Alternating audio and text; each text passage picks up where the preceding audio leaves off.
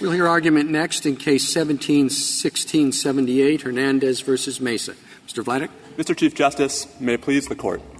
When this case was first argued to this Court 2 years ago, counsel for Respondent and counsel for the United States were both asked whether petitioners would have a Bivens remedy if Sergio Hernandez had been standing on U.S. soil when he was shot and killed by Respondent. Both said yes. The question before this Court today is therefore whether a Bivens action is nevertheless foreclosed because in this case Sergio was standing a few feet to the Mexican side of the border at the time he was shot. For two reasons we believe that it isn't. First, the fortuity of where a victim is standing does not in fact trigger any of the special factors counsel and hesitation identified by Respondent or the United States. Most importantly, it is difficult to see how foreign relations could be a special factor precluding a Bivens suit here if it wouldn't have precluded a Bivens claim had Sergio been standing just a few feet away. Moreover, the government's assertion that permitting petitioner's suit would dramatically undermine U.S. foreign relations and diplomacy is belied by the long history of successful tort claims against federal law enforcement officers, including, as in the Apollon, cases in which the victim was a foreigner harmed on foreign soil, the court awarded damages, and the diplomatic sky did not fall. Nor does extraterritoriality cut against a Bivens remedy here. Not only was Respondent standing on U.S. soil when he pulled the trigger, but he could not have known in that instant where the bullet would even land, let alone the nationality of anyone it might hit. Second, and as importantly, for petitioners here it is Bivens or nothing. Neither Respondent nor the United States seriously disputes that the Westfall Act preempts the Texas tort remedy petitioners could otherwise have pursued, and neither has identified any other alternative remedy for the petitioners here as opposed to other parties in other cases. All of this goes to why this Court was right in Abbasi when it explained that there are powerful reasons to retain Bivens as a remedy for individual instances of law enforcement overreach. And it goes to why, even though Sergio was standing on Mexican soil when he was shot and killed, this case presents the exact kind of law enforcement overreach that Abbasi had in mind. I think Abbasi is a useful place to begin our analysis because in that case, not only did this Court suggest that there were still important reasons to retain Bivens in law enforcement contexts, but this Court itself actually preserved and retained one of the plaintiff's Bivens claims. This Court returned to the district court rather than dismissing the prisoner abuse claim against the warden of the MDC. And we think that reflects four of the reasons why retaining Bivens in the law enforcement sphere makes sense. First, as this Court said in Abbasi, it is difficult to contemplate other remedies when individual instances of law enforcement overreach are at play. In those contexts, a damages action after the fact will usually be the only possible legal recourse. It's going to be difficult to bring a claim in advance. Second, the deterrence effect, what this Court has called the core purpose of Bivens, which is to deter individual officers, could quite easily be lost in the absence of remedies in the law enforcement context, unlike in Abbasi, where, as this Court stressed, there were alternative remedies available to the plaintiffs. Third, the historical tradition that we note in our brief, where federal courts and state courts, going all the way back to the founding, routinely imposed tort damages against federal officers acting ultra vires without suggesting there were separation of powers obstacles to doing so, without suggesting that there was anything wrong with the federal courts providing a cause of action in those cases, as opposed to, I think, where the inquiry historically has focused, immunity. Are there reasons in these cases to actually hold the defendant officer harmless, not because there's no cause of action, but because he was acting in good faith or under the modern standard because he did not violate clearly established rights of which a reasonable officer in his position would have been aware? They argue. If the officer in this case had been a state officer and everything else was the same, would the victim have a claim in federal court? If the question's in federal court, Justice Alito, I think it would depend on diversity. I don't believe the victim would be able to bring a claim under 1983 because, as the government points out, the language of that statute limits the class of plaintiffs to U.S. citizens and those subject to the jurisdiction thereof. But, Justice Alito, Congress, when it enacted 1983, as Judge Prado noted in his dissent below, was not thinking about limiting remedies that were otherwise available. It was thinking about expanding remedies in that context in 1871 to newly freed slaves. So 1983 does nothing to displace whatever state tort remedies might be available against state officers. Now, of course, that's going to vary a bit. Suppose there were no 1983, and a state officer had done exactly what the Bureau of Narcotics agents did in Bivens. Would there be an action against the state officer? There would be, Justice Ginsburg, and actually I think it's worth in this context reminding the Court of the government's position in Bivens. The government's position in Bivens itself was not that the federal courts should not be recognizing these remedies in any context. Rather, the government's position in Bivens was that New York state tort law would have provided an adequate remedy, Justice Ginsburg, not just against the federal officer defendants in Bivens, but also had they been, say, New York City police officers. That New York trespass law would have provided the remedy. To quote from the government's brief in Bivens, a federal remedy should only be recognized when it is necessary. And the argument in Bivens was simply as to whether a complementary federal remedy was necessary to vindicate the plaintiff's Fourth Amendment rights, given the existence of New York trespass law, given the government's argument that New York trespass law in that context was adequate to vindicate the plaintiff's Fourth Amendment interests. And this was the common law model. I mean, I think we are all familiar with Henry Hart's dialectic, where Professor Hart suggested that the original understanding was that even federal officers would be principally responsible to judges in state court. There was no general federal question statute. You referenced the government's position in Bivens. That was almost 50 years ago. In the interim, there's been a fairly dramatic change in how we approach things as implying causes of action, both under statutes and under Bivens. I mean, it's been, 40 years, right, since the last time we recognized a cause of action in Bivens? So I think you need to sort of move up half a century and explain to us why we should take your approach today, regardless of what the prevailing legal regime was in 71. I take the point, Mr. Chief Justice, and if I may offer 2 points in response. The first is I say all of this by way of putting Bivens in context. That is to say that rather than a bolt from the blue, Bivens was a continuation of this tradition.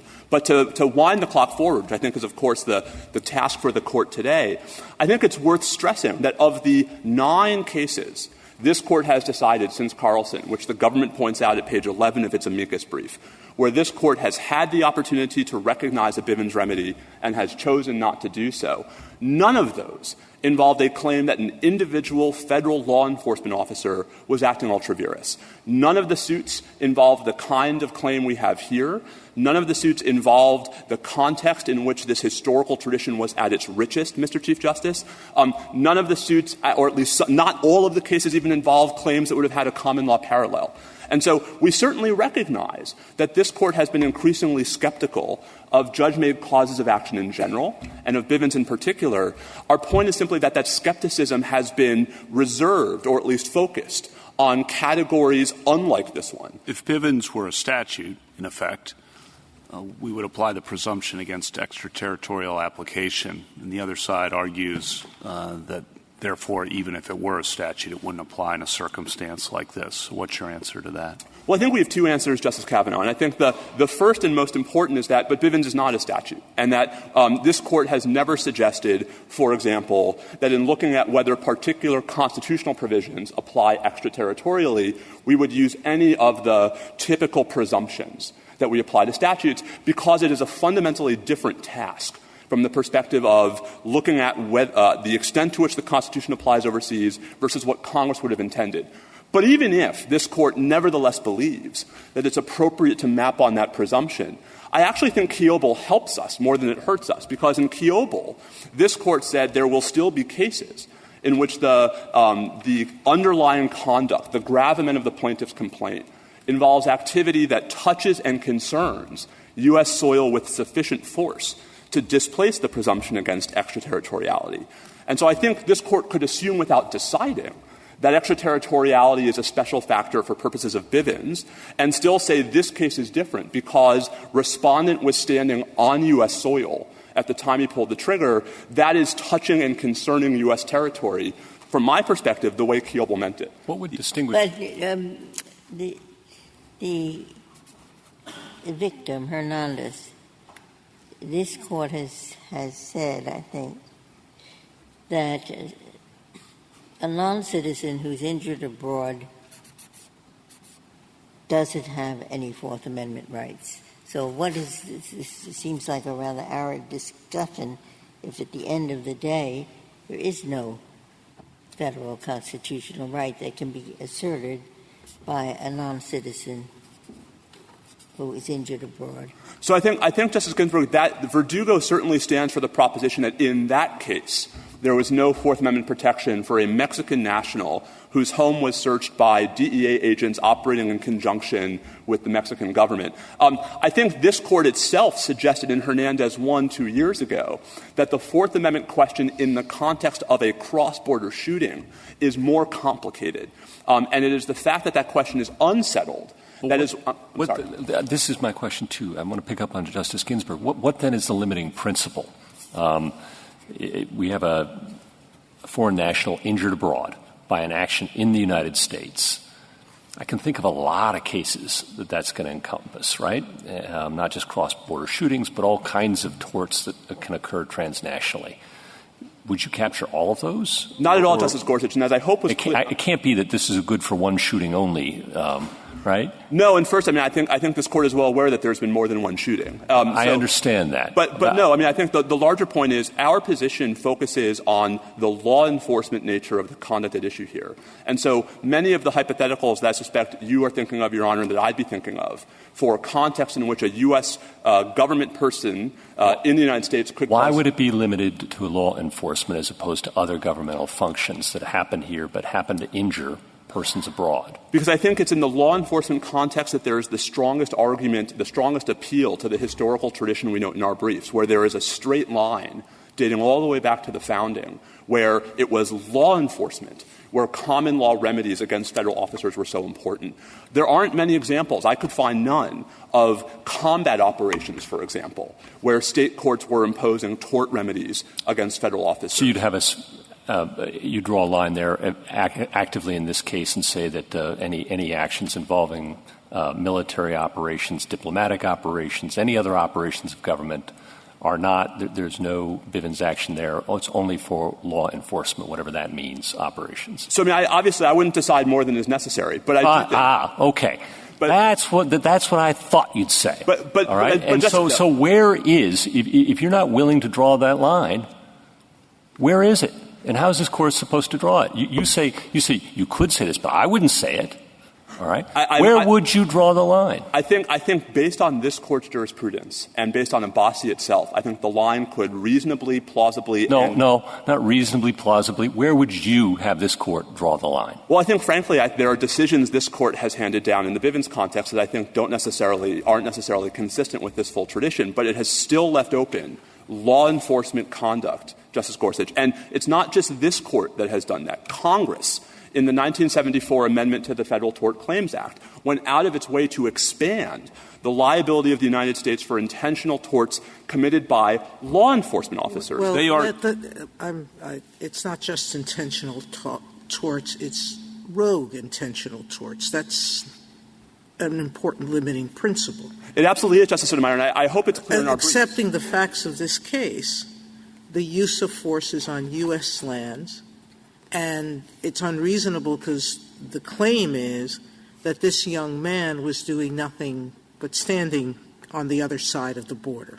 And I think this might be a sort of a more convincing answer, I hope, to Justice Gorsuch, which is I do believe that it is relevant to the claim and the strength of our claim in this case that the respondent was, according to the plausible allegations in the plaintiff's complaint, violating not just the Constitution, but his own departmental regulations, that we have not just a law enforcement officer, Justice Gorsuch, but a law enforcement officer acting ultra vires. But is they really supposed to decide this? I mean, I thought — I wrote a dissent, I guess, but I thought this is special because it's American law enforcement, American soil, and he thought he might be shooting at an American. And the border in this case is rather special. It's not just the line, it was the river, and it's administered by an international commission, Okay, I have about 6 wonderful reasons that persuaded only me. Okay. I believe you also persuaded I thought we're taking this case on the assumption that the Fourth Amendment does apply.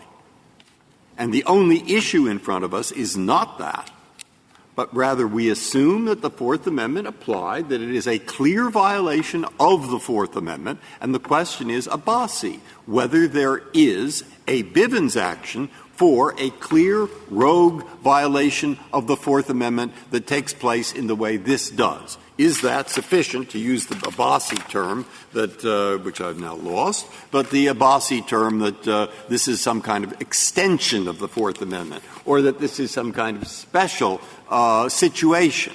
That, I thought, was the issue. And at some point, I feel I'll try to answer that question, but I'd like to hear what you say about that.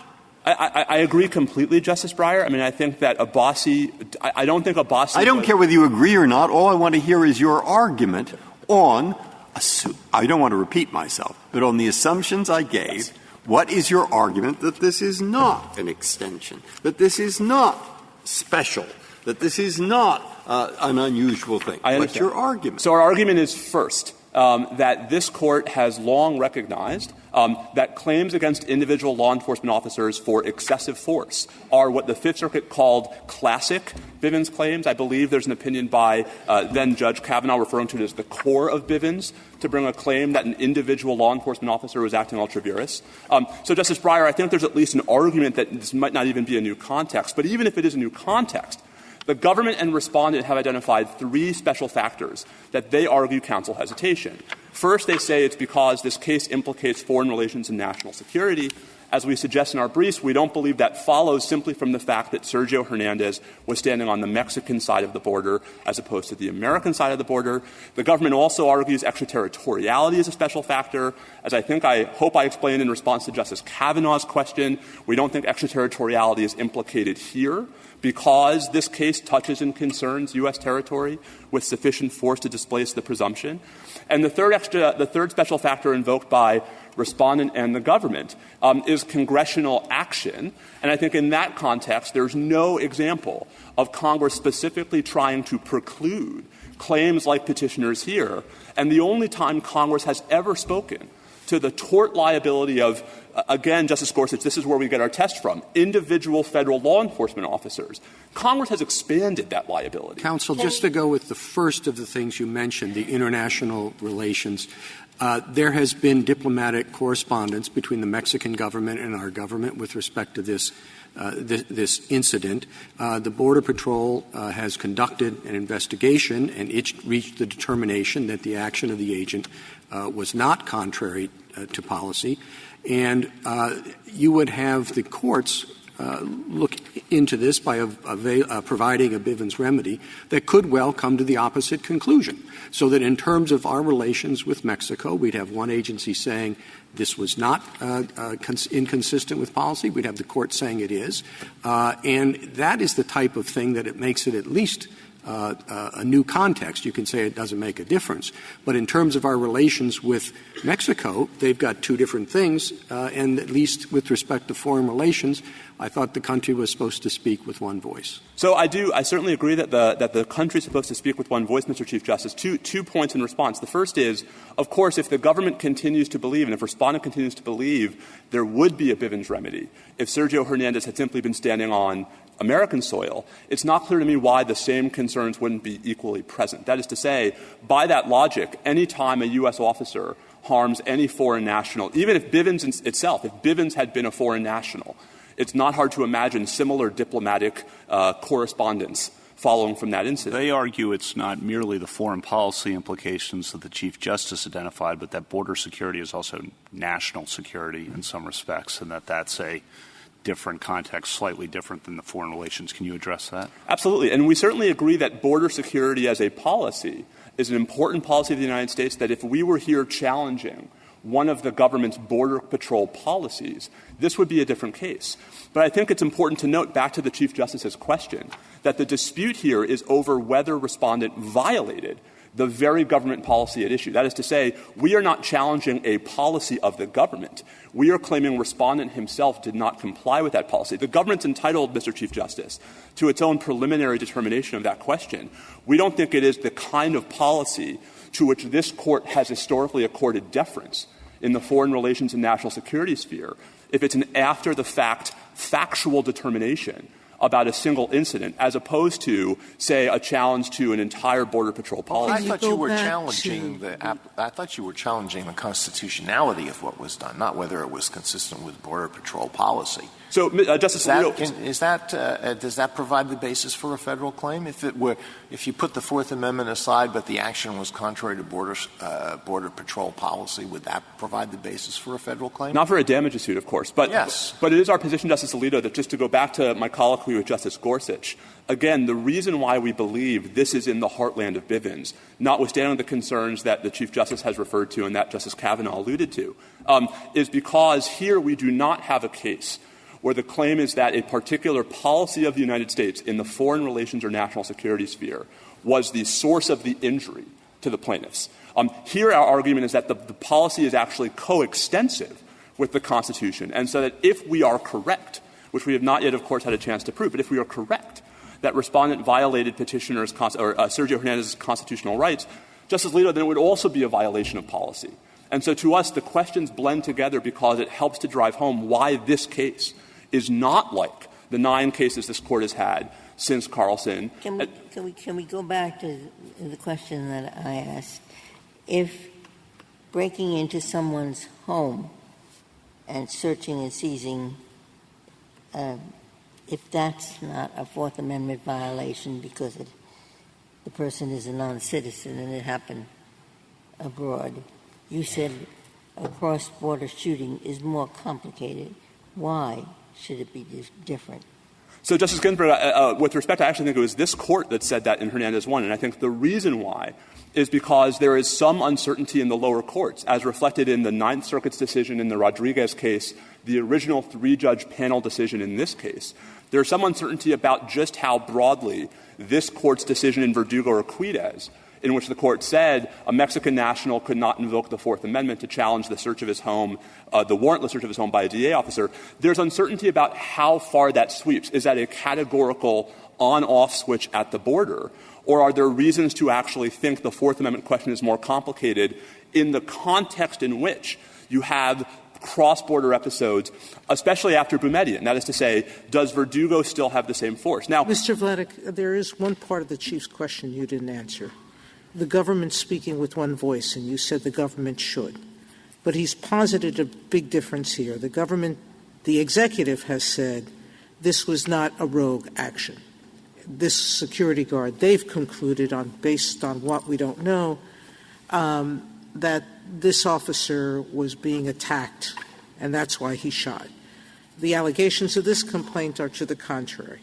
If the court were to rule in favor of your client, not the court, but a jury were to found in favor of your client, wouldn't we be speaking in two voices? You haven't addressed that. Thank you, Justice Sotomayor. And I think that our response is I think that this Court has never suggested that every single thing the United States says that has any bearing on any possible sliver of foreign relations is the kind of foreign policy where this Court has said the government should be allowed to speak with one voice. And so I think there's a meaningful distinction between a policy that is ex ante shaping the conduct of our Border Patrol officers, of our government officers, where a judicial decision might call into question the policy, and a context where the dispute rises and falls on whether the government's own policy prohibiting excessive force in violation of the Constitution was violated. That is to say, it seems to me that there's merger. Well, what if, Mr. Vladeck, you have this one incident and the executive branch had a very different view of what happened than a court did? A court said there was unconstitutional conduct here, the use of excessive force, but the executive branch thought he did everything by the book, and he shouldn't be subject to any action, even a disciplinary one. And then the court's decision contrary to that, let's say Mexico wants to extradite the Border Patrol officer, and that puts, I would think, the executive branch in a quite difficult situation. Mexico is pointing at a court judgment, but the executive branch thinks that there's no earthly reason to extradite. What happens then? Well, I think, Justice Kagan, there's a critical difference between what the preclusive effect of a civil judgment about the unconstitutional conduct by the officer would prove and whether the Mexican government would be able to satisfy the very different inquiry of whether there's sufficient evidence to sustain a criminal indictment and to warrant extradition under the terms of the U.S.-Mexico extradition treaty. And I think that's the key point here, is that on the government's logic, all it takes is the government showing up after an incident and saying, oh, there's some reason why we don't believe this was unlawful, or there's some foreign relations implication to a judgment holding this lawful. And if it's after the fact, that won't matter. It would still preclude Bivens. Well, that's, I think, a fairly unfair characterization of what the government did in this case. According to their representations, it was a fairly thorough investigation. And maybe it's at the end of the day, maybe a jury would come to a different determination than the governmental investigation, but I don't think that's fully responsive to the international relations concerns. That's or even if not fully responsive, it has to be demonstrated. It's simply a new context for the Bivens question. That may well be, and I think our submission is simply that the question this Court has always suggested in the Bivens context is how to preserve its core deterrent purpose. And in a context in which the government's after-the-fact factual determination that an officer had acted appropriately under the circumstances were sufficient to be a policy choice that does not actually give rise to the kind of deference this Court has historically accorded. Right? That's what we're worried about, because it's not clear how that wouldn't potentially, if not in this case, swallow the category. Right? That is to say, if Abbasi meant what it said, when it said there are powerful reasons to retain Bivens in the law enforcement context, we think that's true, Mr. Chief Justice, even when the government has other equities at stake. Because, again, the key for us is when a court is saying an individual officer has acted ultra vires, it is not the same thing as saying the government's policy is somehow inconsistent with the Constitution. It's not the same thing as saying we are second-guessing how the government has chosen to conduct Border Patrol policies. It's simply saying this one officer went out of bounds. And that's the kind of claim that was historically available at common law. It's the kind of claim Congress preserved in the FTCA amendment. And if I may, I think the point of Abbasi at the end of the day is to draw the distinction between the kind of claim this Court rejected, which was a high-level challenge to post-9/11 policies formulated by the Attorney General and the FBI Director, and the individual law enforcement officer engaged in overreach. Thank you, counsel. Mr. Ortega. Mr. Chief Justice, and may it please the Court. The petitioners are asking this Court to create a cause of action, an implied cause of action, where none has existed since the formation of our republic, by extending Bivens in a new context, where Congress has declined to provide a remedy, and Congress's silence is telling. They've addressed this issue in the FTCA, which bars foreign claims. They've addressed it again in the Alien Tort Statute, and they addressed it again in Westfall that carved out an exception for Bivens. The new context in this case is not only the transnational aspect, but also the utilization of the Fifth Amendment's Due Process Clause. The new context itself fails, and the argument that there's a lack of a remedy fails when the Court takes into consideration the special factors that are involved in this case. Intruding on the separation of powers, where Congress and the executive is their domain, national security, and Border Patrol is national security. The Border Patrol is the forefront of our national security. The Border Patrol, much like the military, is a paramilitary organization charged with protecting our borders. Congress has chosen, and not inadvertently, not to create a damages remedy. And if a damages remedy is appropriate, is the unique domain of Congress to consider the public policy, to balance the projected costs, and it requires an assessment of its impact system-wide. The executive is in charge of foreign affairs. There's an actual dispute in this case, as Mexico would like a remedy, and the United States has argued against a remedy. Mexico. If we can go back to this complaint, and at this stage, this very preliminary stage, we're supposed to accept the complaint's allegations as true, which is that here we have a rogue officer acting in violation of the agency's own instruction, using excessive force to kill a child at play. How does that call into question any foreign policy or national security policy? Well, it would create a chilling effect as to the Border Patrol agents in conducting their day-to-day activities. But not only a chilling effect, you would be the lower courts would be in chaos. Doesn't that happen if the shooting happened in our own land? Meaning a Border Patrol agent who sees a child at play and kills him 2 feet from the line is not chilled. He knows he can't do that. What makes it chilling to tell a Border Patrol agent, don't shoot indiscriminately at children standing a few feet from the border? We have to accept the facts of the complaint on their face. That's correct. All right? On their face, the complaint says that's what the border agent did. But you can't view it in a vacuum. It would be applicable. Well, the vacuum, this doesn't involve a Mexican defendant, Mexican law, or Mexican courts. It involves a U.S. defendant acting on U.S. soil, pulling a trigger on U.S. soil, and subject to U.S. law. We're not dragging the Border Patrol agent into a Mexican court. So how would we be interfering? Your Honor, are you suggesting that the decedent would be inside of the border of the United States? No, I just said to you, it involves a U.S. defendant, the Border Patrol agent, acting on U.S. soil, pulling the trigger on U.S. soil, and subjecting the U.S. border agent to a U.S. court. We're not dragging the agent anywhere else. That's correct, but the agent would know when he took his actions that he was inside of the jurisdiction of the United States. He always knows he's inside and subject to U.S. law. That never changes, no matter what we do here. That's correct, but in this case, you're asking for the petitioners are asking for an extension of the Constitution into a foreign republic, which is we assume here that it is extended. We assume the Fourth Amendment applies. My understanding is. So we know this place by picture. It's a culvert. It's a big culvert like here to the end of the room. And there's a bridge.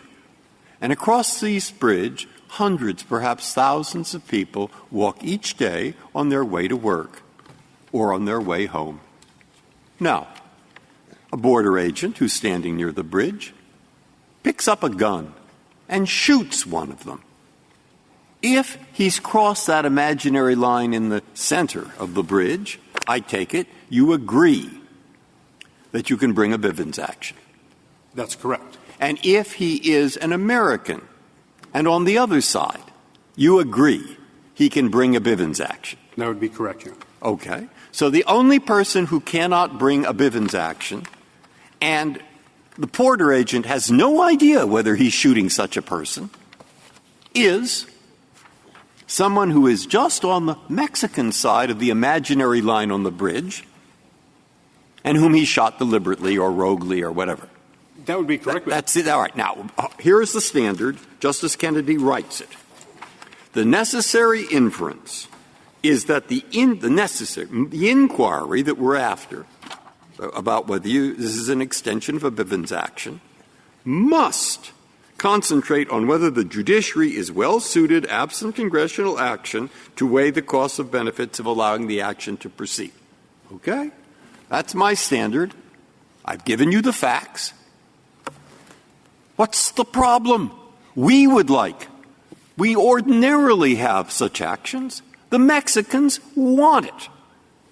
They want the action. So what's the special problem? It would become a matter of line drawing. No, not line drawing. There's no line drawing problem. The line drawing problem may come in as to whether the Fourth Amendment applies.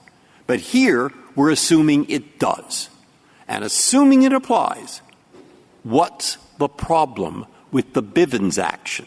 What's the line drawing problem there? It would be the extending of Bivens into a new context. Why is it extending? I mean, after all, maybe in Hawaii there's never been a Bivens action brought before on the 14th island. Is that an extension? It's not. It's within the United States. Here I understand that, and this is on the other side of the line. Also, by the way, it was at 7 o'clock in the evening, exactly 7:02, and there never has been a Bivens action brought at 7:02. But there's never been a Bivens action that involves a transnational shooting. I got that point. All I am saying is, why is that different in terms of a problem caused than the fact that it was 7:02:59 on the 4th island of Hawaii? You got my point? I do. Good. Or he does. What is it? It's Don't ask my point. I want to know your answer. I have to go back to it being different in so much as it is transnational. And well, you've said that. All I'm asking you is why that makes a difference. Where it's on a bridge, in the culvert, I won't repeat myself, but I went through every factor I thought that I could. Seems to me very, very similar, and I just don't understand it. So far, what you've said is it will freeze the Border Patrol, to which I think, good. I don't think there's an American who anywhere in the world who wouldn't want to stop the kind of action here. So that doesn't seem a factor cutting against. And anyway, he can do it if it's an American, and he doesn't even know if it's an American. If there was a remedy to be fashioned, that would be for Congress to decide. That's a conclusion, and my question is, why? Because they'll be able to weigh the costs and benefits of the actual remedy itself, the limits of the remedy, the parameters of the remedy, for the courts to be able to provide guidance to the lower courts. There would be very little guidance to the lower courts. I don't understand your answer. You can't shoot an unarmed juvenile playing. And the remedies limit is that one. That's the only thing that a court would be deciding, whether there truly was cause or no cause for the shooting. But then when the determination would be on an ad hoc basis, creating instability in the lower courts. Why? What's the greater instability when you already admit that Bivens would apply if that child was standing 2 feet from the border? And if even would apply, according to you, if it was an American child standing 2 feet on the Mexican border? I don't see where the greater instability arises in that situation. Well, the instability would rise because of the actual areas where you're at. It's a national border, with the Border Patrol providing national security in that area. So what you're basically saying is Bivens shouldn't apply ever against a rogue Border Patrol who just stands there shooting people both on the U.S. side indiscriminately, takes a gun and just sweeps both sides of the border. Well, it would apply to those standing on the United States side, certainly. Okay, let me ask, because I'm putting all my – this is actually bothering me. I'm not asking you to get – look, if we were talking about extending the Fourth Amendment, I would see a problem. I might think we should, or I might think we shouldn't, but I might think we should, but I certainly would say there is a problem. But once we say the Fourth Amendment is there, in just the same way it is 2 feet on the other side, at that point, what's the special problem of giving a damages remedy to a Mexican youth just as you would give it to an American youth, whether that American youth is over on one side of the border or the other? That's where at that point I hesitate. I say, well, that's what we're supposed to find here under the statute. And what is it? Assuming Verdugo did not foreclose that, then there would not be a difference. Well, if there's no difference, then that's the end of it, isn't it? Because Kennedy says, look, he says, you've got to find – he's not talking about the Fourth Amendment. He's actually not even thinking about that, possibly, I don't know. We're thinking about Sixth Amendment, the Eighth, and the 10th Amendment, I don't know. But assuming he is, once we're there, the Fourth Amendment really does apply. You say you can't think of a difference, and I can't think of a difference, so we send the case back. Now consider the Fourth Amendment. Is that what we should do? Well, the Fourth Amendment, I believe, is foreclosed by Verdugo in its language, claiming that a U.S. agent, even acting on foreign soil, is not constrained by the Fourth Amendment. No, I'm not sure. I thought your point was the foreign policy implications are triggered when it's on the other side of the border, and that's why we give significance to the border. But I want to press on that, because wouldn't there be foreign policy implications even if the victim were a Mexican national and killed even on the U.S. side of the border? Those kinds of incidents create lots of international and foreign policy implications as well. So why do foreign policy implications track the border so neatly, in your view? They track the border because the border is a paramilitary area that the Border Patrol patrols under the guidance of the executive.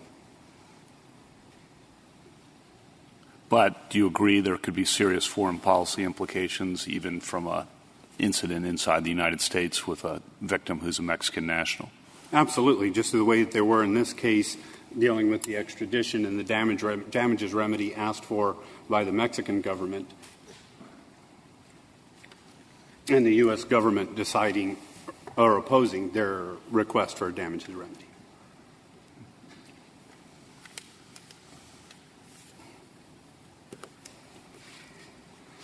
So it's been 40 years, and there's been no extension of Bivens beyond the trilogy that this Court has outlined.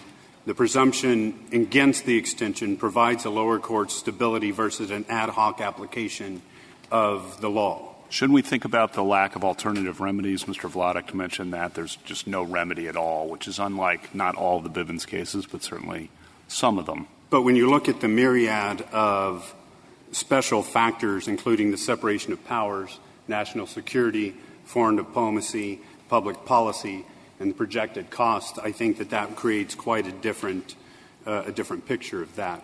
And it's better left for Congress and the executive to decide those issues.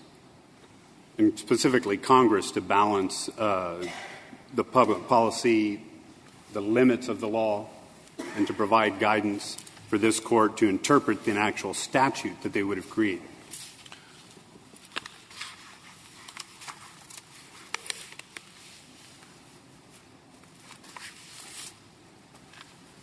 I believe the new context of this nature in a transnational shooting should be dispositive. An injury to a foreign national on foreign soil is untenable because excessive force that relates to a seizure, as we've discussed, is covered by the Fourth Amendment and is not a substantive due process claim. It would require an extension of Boumediene to a foreign country where the U.S. maintains no jurisdiction whatsoever, whether de facto or actual. It would create line drawing. It would create an unpredictable application. Even if this Court were to fashion a damages remedy, the application of that remedy would be very difficult and would create chaos, in my opinion, of the lower courts in its very application. Why chaos? I guess I'm not seeing that. You would just extend it and it would apply just like Bivens applies to lots of cases all the time. Well, it would be line drawing, wouldn't it? The line drawing of the border. Well, Justice Sotomayor gave you the line. You have a defendant on U.S. soil who's a U.S. official. Well, if they're in the United States, there's no question. And then you just look at the actions to see whether it was excessive force. I guess I take your point on the new context, but I guess the chaos argument's not resonating with me. The lower courts have stood on this Court's presumption against the extension in order to provide stability and guidance to them in their decisions. Extending it again, extending it transnationally, would create a myriad of problems. Mr. Octavia, I think I'm a little bit confused. Do you or do you not contest? Suppose there were a Border Patrol officer used excessive force but 10 miles from the border while carrying out border security operations. 10 miles from the border inside of the United States? Yeah, he's a Border Patrol officer. He's acting within the scope of his employment. It's very important. He's trying to find people who have crossed the border. He's engaged in, usual law enforcement work. Can you bring a Bivens action against that officer? Are the injuries occurring in the United States or outside of the United States? Yes, it's in the United States, but this is Border Patrol work.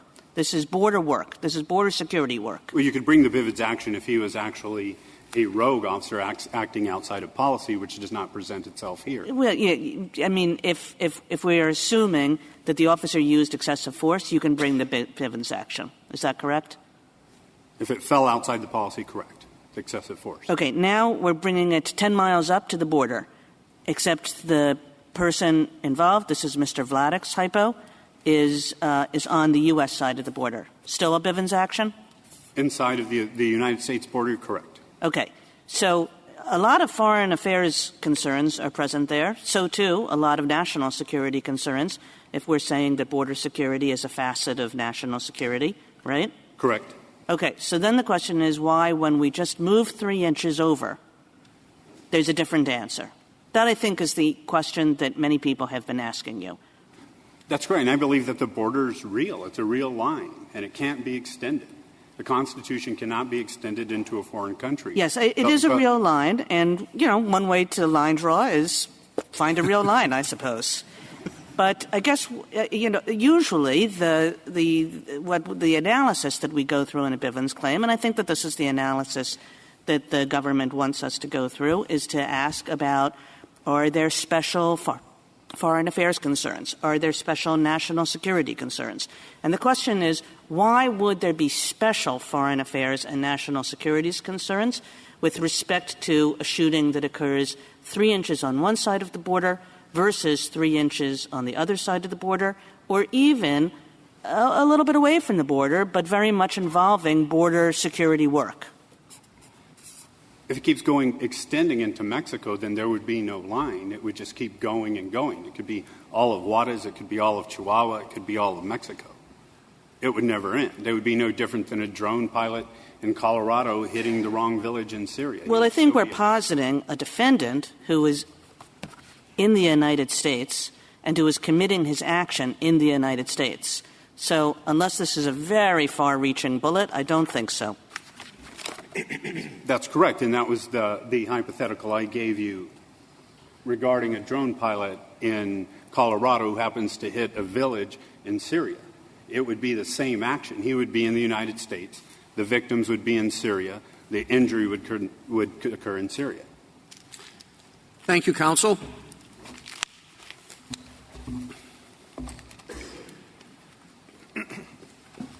Mr. Wall?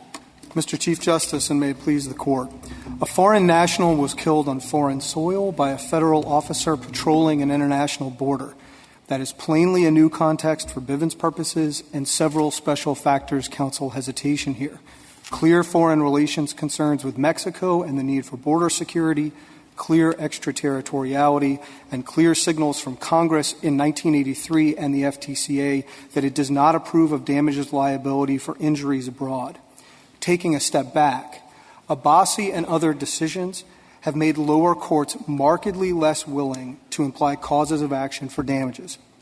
If this Court extends Bivens here on these facts, it will threaten to reverse that trend by undermining this Court's consistent message about the importance of caution and judicial modesty in this area. To turn to the first of the three special factors, the foreign relations with Mexico, I don't think it's difficult to figure out exactly why we think Congress might pause, as it has in 1983 in the FTCA, before extending damages liability here. The United States and Mexico have an active disagreement over what happened here. We have bilateral mechanisms for working it out, like the Border Violence Prevention Council, which meets and talks about things like use of force. When we are conducting those negotiations, if we are taking positions about what has happened at the border, and courts— Mr. Walt, the problem is that the allegation here is not about their meeting and talking about policies. It's about rogue actions. And I take a look at the amici, the former, like the CPB, but others who tell me pretty persuasively and extensively that the Border Patrol might be a bit of a mess, and that disciplining is at a minimum here. Investigating, et cetera, is not done in the way that others of us would think would be appropriate to an agency. All of those things suggest to me that the class you want to create is a class of Border Patrol agents, whether they shoot across the border or shoot in the border. Justice Sotomayor, I'm happy to go through all the reports and the evidence. I'm happy to say, look, there were 55 incidents of use of force with firearms in fiscal year 12. There were 15 last year in fiscal year 18. That's a more than 70% drop. We can go back and forth about whether we think the Customs and Border Patrol is doing a good job at the border or not. I think my bottom line point, though, is that all of that is the subject of legislative debate. There is a body that can consider these kinds of questions and tailor a damages scheme to whatever the facts on the ground are, but that's Congress. That would have been true in Bivens itself. Someone could have said there are all sorts of things that control the FBI, and we shouldn't extend Bivens, but we did because there's a fundamental belief that unconstitutional actions that stem from the United States, this agent fired that gun from here, should provide a remedy. Yes, as you said in Abbasi, Bivens was a product of an era in which you freely No, it's judicially. not a product of an era. But that's to be Justice Sotomayor. That's what the court said in Abbasi. You said Abbasi. That's what Abbasi said. But if you look at Bivens itself, it was based on a historical finding that rogue actions, even in foreign soils, taking a ship improperly, doing other things across the border, required a remedy. Just Sotomayor, if I may, they're very different, and I want to be really clear on this with the court. Yes, it is certainly true that courts for a long time applied the same common law rules for trespass and the rest to federal officers that they applied to everybody else. And that was perfectly fine under federal common law up until Erie, and it was perfectly fine under state statutory and common law right up to the Westfall Act. But that's not what the court was doing in Bivens, and that's not the way it's conceived of Bivens in its later cases. It was implying a special rule, not for everybody, but for federal officers, directly under the Constitution in the absence of any statutory authorization from Congress. That's a very different animal from what state and federal courts were doing for a really long time. At some point to hear your three reasons. You had three reasons, and I hope it will leave you enough time to go to the same question I've asked 15 times. Look, isn't this all a problem for the Fourth Amendment? But if you assume the Fourth Amendment applies, what's the added problem? After all, the Fourth Amendment suppresses evidence. And now, we're not going to change that, are we? And if the Fourth Amendment applies, suppressing evidence will still happen when there's a violation. And after all, that's arguable in Congress. It creates a mess in the court, da-da-da. Okay? So what's special about this? So I'll try to get through a couple of things really quickly. One, the friction with Mexico, which I think is pretty obvious and exemplified by this very case. Two, extraterritoriality. I don't have much to add to what Justice Kavanaugh said in Michel on the D.C. Circuit. If there were a statute and it were the same as 1983 for federal officers, I don't take anybody to be disputing that absent some clear indication in the language that it wouldn't pick up an injury that crossed the border. And it seems passing strange that if this express statute didn't get it, an implied cause of action wouldn't. And even if you disagreed with me on that, then I think you'd say, look, Congress has made judgments in this area. It cut off all liability in the FTCA for things that happen across the border, injuries abroad. And you couldn't get it if you were a state officer under 1983. So at least as far as we can tell in the judgments Congress has made, it has recognized that the border is really significant. And why? Mr. Wolf. Because when you're injured abroad, you don't work it out through damages lawsuits. You work it out through diplomatic and administrative processes. And that's always been how Congress has done it. So, I mean, I think I need to somebody to explain to me a little bit the kind of foreign affairs concerns that you're worried about.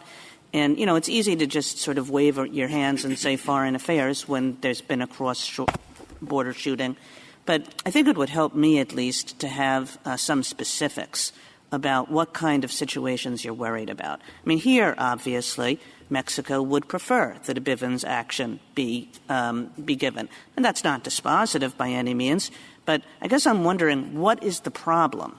I guess the problem is that the United States and Mexico actively discuss incidents at the border, both specific incidents and general policies, right, as they have for years. And For instance, CBP revised its use of force. And as they did in this case, even while the Bivens suit was going forward.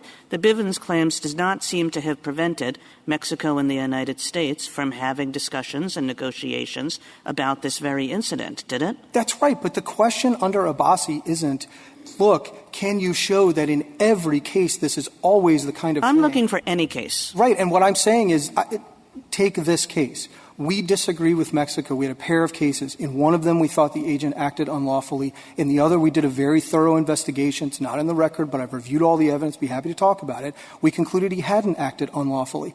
Mexico believes that we're wrong about that. It believes we ought to extradite him and they ought to get our crack. It may believe as a result of this incident that we're not taking seriously our policy at the border. That's exactly the sort of thing that we have an ambassador and a foreign minister. We have a State Department, and they have one, and they talk about these issues. I guess I'm still looking for you in one state of the world, you don't have a Bivens claim in Mr. Hernandez's position. In another state of the world, he does have a Bivens claim.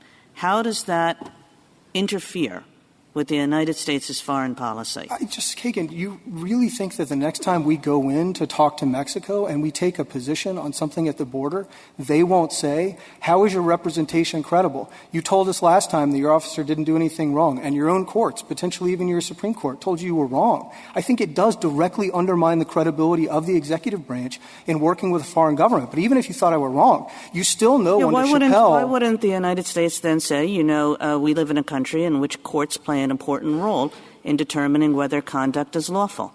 And that's not an embarrassment to the United States or to the executive branch. Of course, courts play a role, but the role under Abbasi is a limited one, where if there are special factors that counsel hesitation, the court says we leave it to Congress. Even if you disagree with me on foreign relations, you still have clear signals from Congress in terms of the statutes it's passed, and you have clear extraterritoriality. And we know from Chappelle that you weigh the special factors in aggregate. So the question just is, across all of these things, is there enough here to think that we ought to pause before we judicially imply a cause of action, and we ought to leave it to Congress? And I just think looking at the balance, there's clearly enough to say there is a body that can address these kinds of on-the-ground concerns at the border, but it's Congress, it's not the courts. And I guess the last thing I'd say is, the Fifth Circuit looking at this said, look, facts are tragic. This court said last time it's a heartbreaking loss of life, but said this is not a close case under Abbasi. I disagree with Respondents' Counsel about some of the hypotheticals 3 inches inside of the line or 10 miles inside the line, but you don't have to agree with us on those or disagree with whether there's a Bivens to think that once you've crossed the border and you're dealing with foreign nationals on foreign soil, now you've crossed into territory where Congress has never gone. Do you say you disagree, Mr. Wall? I do. So the 3 inches inside the line, what would be the case there? I think if you're so take the easiest hypothetical. You have just foreign nationals going across the border, right?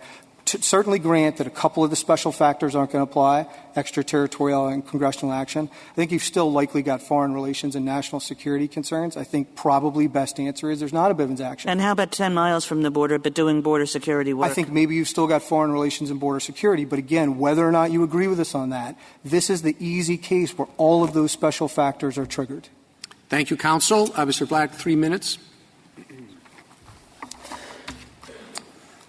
Thank you, Mr. Chief Justice. Let me just say briefly that I take Mr. Wall's answer to Justice Kagan's last question to mean that the government has now changed its position from Hernandez 1, where the government argued that the inside-the-border hypothetical would be actionable under Bivens.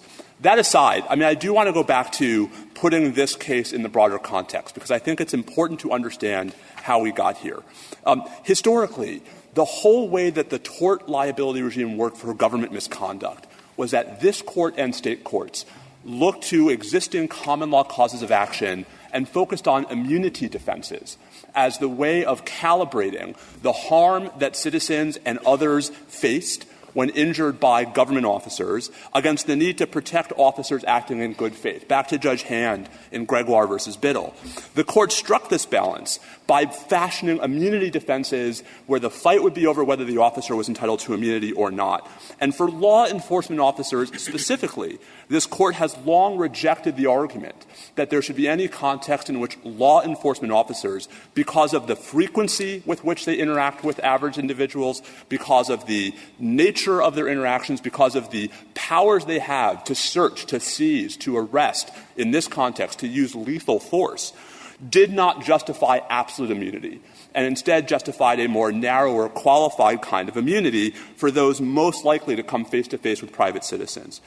Distilled to its simplest, the government's position in this case is that officers in what is self-described as the nation's largest law enforcement agency should have a functional absolute immunity, at least where foreign nationals are concerned.